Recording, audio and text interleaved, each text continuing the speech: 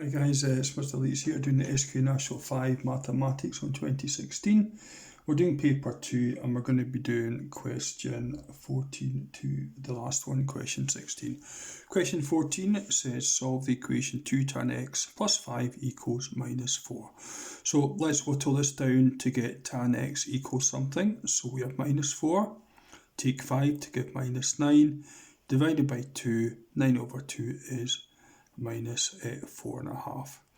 Now if you do a shift tan of minus 4.5 you get minus 77.5.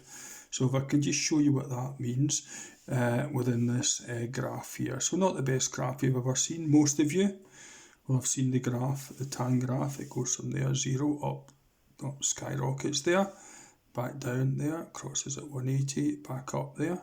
So these two things are meant to be exactly the same.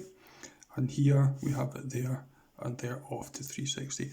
Just be aware that this graph extends to negative x degree values. So it's just like that, which is exactly the same as that shape there. So why does the calculator give it minus 77.5? Well, I believe they're programmed to give the answer that's closest to 0. A minus 77.5 is closer to 0 than the 2 we're going to get in a minute. Now, they want x to be between 0 and 360, so they want x values to be between there and there. Now, here's the idea. That's minus 77.5, there's minus 90. So the two corresponding values over here are 180, take 77.5, and 360, take 77.5. So the two answers that will work are 102.5 degrees and 282.5 degrees as well.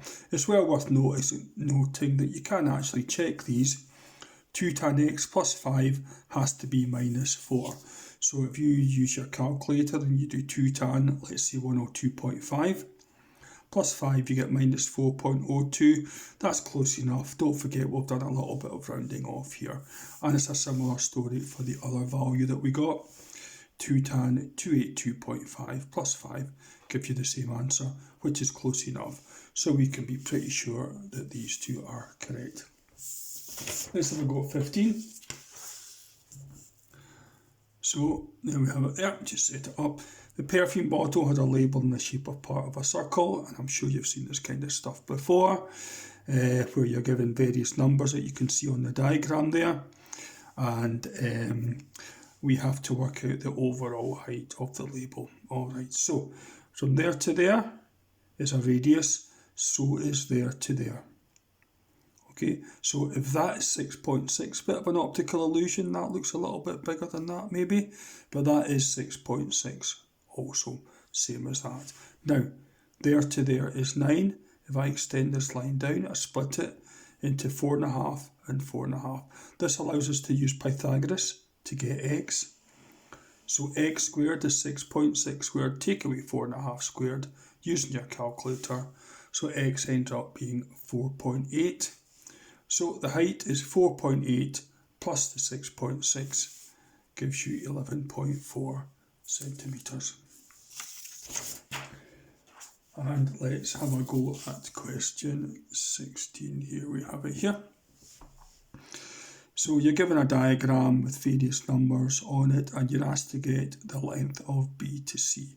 So you know that side, you know the length of that side, that's 10 and that's 6. We need to get this angle here. So we have a right angle triangle here. So cos of A is 3 over 4. So A is a shift cos of 3 over 4, which is 41.4.